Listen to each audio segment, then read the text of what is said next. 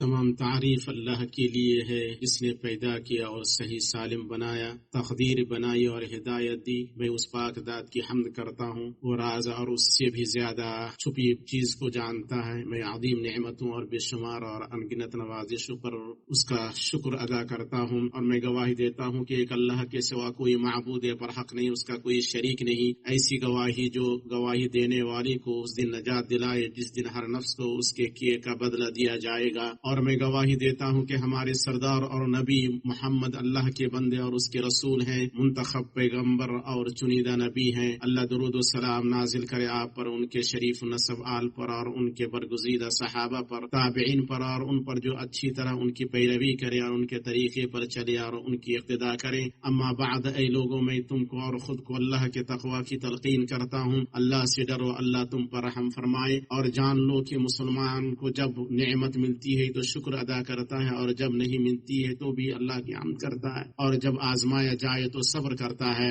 اللہ کا دینا رحمت ہے اور اس کا نہ دینا حکمت ہے، اور اس کا آزمانا عطیہ ہے۔ اور جو وعید سے ڈرا اس پر دوری کم ہو گئی، رابطے کے وسائل زیادہ ہو گئے اور رابطہ کم ہو گیا، اور گھر کشادہ ہو گئے اور سینے تنگ ہو گئے، اور جو اپنی ذات کے لیے انتقام چاہے تو اس کا وقت ضائع ہو جاتا ہے، اس کا معاملہ منتشر ہو جاتا ہے، اور اس کے مفادات فوت ہو جاتے ہیں، اور شیطان مومنوں کے درمیان فساد ڈالتا ہے۔ بس اپنے بھائیوں کے خلاف اس کے مددگار مت بنو۔ اللہ کا فرمان ہے، اور میرے بندوں سے کہہ دو وہ بات کہیں جو سب سے اچھی ہو۔ بے شک شیطان ان کے درمیان فساد ڈالتا ہے، بے شک شیطان انسان کا کھلا دشمن ہے۔ مسلمانوں، انسان کوتاہ نظر، کمزور عقل ہے، غیب کو نہیں جانتا، مستقبل سے ناواقف ہے، اور یہ نہیں جانتا کہ تقدیر اسے کہاں لے جائے گی۔ اس کے باوجود وہ کوشش کرتا ہے کہ پردوں کے پیچھے کی کھوج کرے اور اسباب اور ذرائع اختیار کرتا ہے کہ شاید اسے اپنا کچھ مقصد حاصل ہو جائے۔ یہ اس کے لیے کیسے ممکن ہے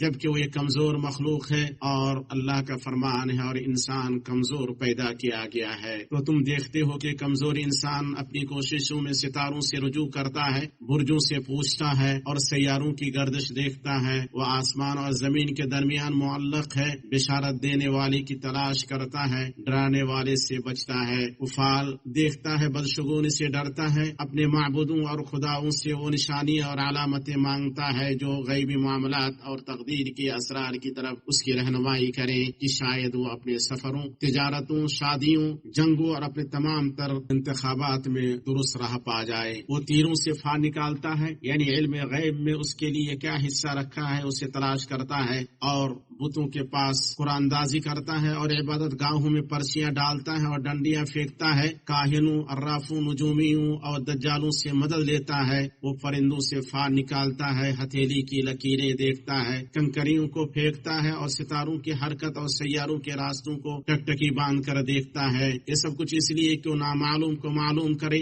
غیب پر مطلع ہو، تقدیر کے راز کو جانے، اور خیر و شر میں امتیاز کرے۔ نیک شگونی اور بدشگونی دینے کے چکر میں وہ پرندے کی دائیں بائیں حرکت میں تقدیر کے راز تلاش کرتا ہے، اور جانور کی شکل و صورت کو دیکھتا ہے تاکہ اسے بتائے کہ کرو یا نہ کرو، آگے بڑھو یا نہ بڑھو۔ اللہ کا فرمان ہے، اور وہ دور سے غیب میں تیر چلاتے ہیں۔ امام شافعی رحم اللہ فرماتے ہیں، جاہلیت میں جب کسی شخص کو کوئی ضرورت ہوتی تو پرندے کے گھونسلے کے پاس آتا، اسے بھگاتا، اور انہیں دائیں جانب جاتا ہوا دیکھتا تو اپنی ضرورت کے لیے بڑھ جاتا، اور اگر بائیں جانب جاتا ہوا دیکھتا تو واپس آ جاتا۔ رسول اللہ صلی اللہ علیہ وسلم نے اس سے منع فرمایا اور کہا، پرندوں کو اس کے ٹھکانوں میں رہنے دو۔ اسے امام ابو داؤد رحمہ اللہ نے ام کرز خزائیہ رضی اللہ تعالیٰ عنہ سے روایت کیا، اور امام البانی نے اسے صحیح قرار دیا ہے۔ زمین کے مشرق و مغرب، شمال و جنوب میں ابن آدم اپنی ساری بستیوں، قبیلوں، قوموں اور تہذیبوں میں انہی اٹکلوں اور جاہلیت کے راستوں پر چلا ہے۔ مسلمان و اسلام اپنے کمال، جمال، ہدایت و جلال کے ساتھ آیا ہے کہ تاکہ انسان کو ان گمراہیوں، شرکیات اور جہالتوں سے نجات دلائے۔ اس نے اس کے لیے نماز استخارہ مشروع کی، یہاں تک کہ ہمارے نبی محمد صلی اللہ علیہ وسلم صحابہ کرام کو استخارہ اس طرح سکھاتے جیسے انہیں قرآن کی سورہ سکھاتے۔ اس سے معلوم ہوتا ہے کہ استخارہ کی کتنی اہمیت ہے اور مسلمانوں کو اس کی کتنی ضرورت ہے۔ بھائیو، استخارہ کی عظیم نماز دراصل توحید، اخلاص، اللہ سبحانہ سے رجوع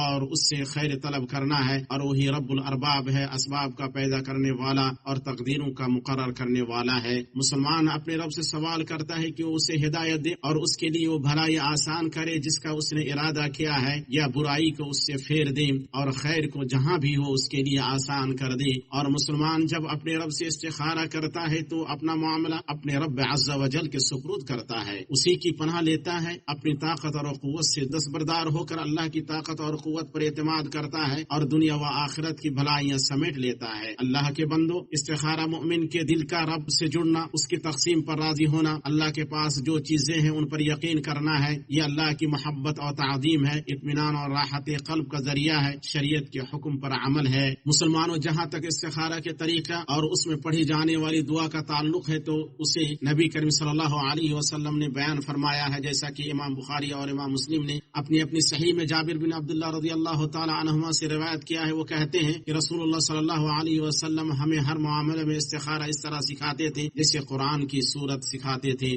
آپ فرماتے جب تم میں سے کوئی کسی معاملہ کا ارادہ کرے تو فرض کے علاوہ 2 رکعت نماز پڑھے، پھر کہے اللہم انی استخیرک بعلمک واستقدرک بقدرتک واسألک من فضلک العظیم فإنک تقدر ولا اقدر وتعلم ولا اعلم وانت علام الغیوب اللہم ان کنت تعلم ان هذا الامر، اور یہاں اپنی حاجت کا نام لے، خیر لی فی دینی و معاشی وعاقبت امری، یا آپ صلی اللہ علیہ وسلم نے فرمایا عاجل امری او عاجلی فاقدر لی ویسر لی ثم بارک لی فی وان کنت تعلم ان هذا الامر شر لی فی دینی و معاشی وعاقبت امری، یا آپ نے فرمایا عاجل امری او عاجلی ہی فاصرفه عنی واصرفنی عنہ واقدر لی الخیر حیث کان ثم ردنی بھی۔ بھائیو، استخارہ ان معاملات میں ہوتا ہے جن میں بندے کے لیے درست راستہ واضح نہ ہو رہا، وہ معاملہ جس کی بھلائی یا برائی معلوم ہے تو اس میں استخارہ نہیں ہے، جیسے عبادات اور شریعت میں مطلوبہ امور، نیکیوں کے کام اور گناہوں اور منکرات سے اجتناب، تو ان سب میں استخارہ نہیں ہوگا، بلکہ استخارہ مباح دنیاوی معاملات میں ہوگا، جیسے شادی، گھر یا سواری خریدنا، نوکری اور مباح سفر وغیرہ میں۔ اور رہی بات عبادات اور شرعی اعتبار سے مطلوب چیزوں کی تو ان میں استخارہ نہیں، مگر مسلمان کبھی کبھی سازگار وقت یا مناسب وسیلہ اختیار کرنے کے لیے استخارہ کر سکتا ہے، جیسے عمرہ یا حج کا وقت، سفر کا وسیلہ یا ساتھیوں کی نوعیت یا اوقاف کی مقدار اور جگہ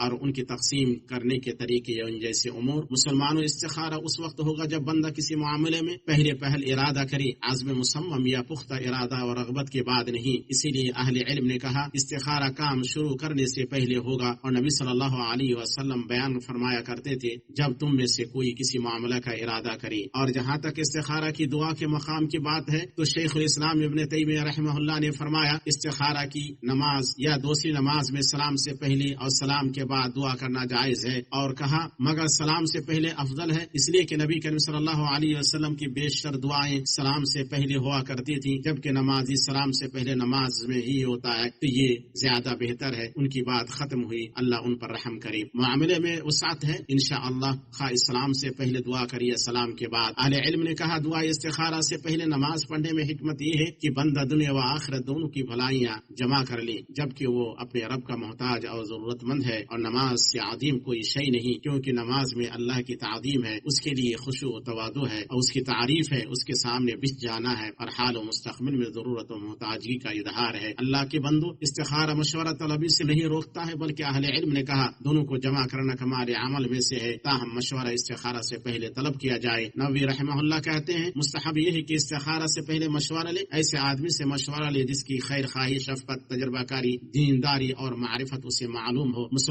مسلمان جب استخارہ کر لے تو جو اس کو لگے وہ کر گزرے، خواہ اس کے لیے اسے شرح صدر ہو یا نہ ہو، اسی میں خیر ہے، اور علامتوں یا اشاروں پر توجہ نہ دے، جیسے خواب یا ناموں، شخصوں یا دنوں یا حالات کا سہارا لینا۔ یہ استخارہ کی حقیقت اور اس کے مقصد کے منافی ہے، جس میں اللہ عز و جل کی طرف متوجہ ہوا جاتا ہے اور معاملے کو اس کے سپرد کیا جاتا ہے۔ عمر رضی اللہ تعالیٰ عنہ کہتے تھے مجھے کوئی پرواہ نہیں کہ میں پسندیدہ حالت میں صبح کروں یا ناپسندیدہ حالت میں، کیونکہ مجھے معلوم ہی نہیں کہ خیر میری پسندیدہ چیز میں ہے یا ناپسندیدہ چیز میں۔ حافظ زین الدین عراقی رحمہ اللہ کہتے ہیں استخارہ کے بعد جو کام بھی کرے اسی میں خیر ہے، اللہ آپ پر رحم کرے۔ استخارہ کے بعد اہم بات یہ ہے کہ آپ اللہ سے حسن ظن رکھیں اور یقین رکھیں کہ آپ کا رب آپ کے لیے وہی چنے گا جس میں آپ کی درستی اور مصلحت ہے، اگرچہ اس میں وہ چیز نہ ہو جو آپ پسند کرتے ہوں یا جس کی آپ خواہش رکھتے ہوں۔ بلکہ شیخ الاسلام ابن تیمیہ نے کہا جب تم اپنے دل میں مٹھاس اور کشادگی نہ پاؤ تو دل کو الزام دو، کیونکہ رب قدردان ہے، عمل کرنے والے کو دنیا و آخرت میں اس کے عمل کا بدلہ حلاوت کی شکل میں دیتا ہے جس سے وہ اپنے دل میں محسوس کرتا ہے، یا اسے وہ بدلہ طاقت، شرح صدر اور آنکھ کی ٹھنڈک کی شکل میں دیتا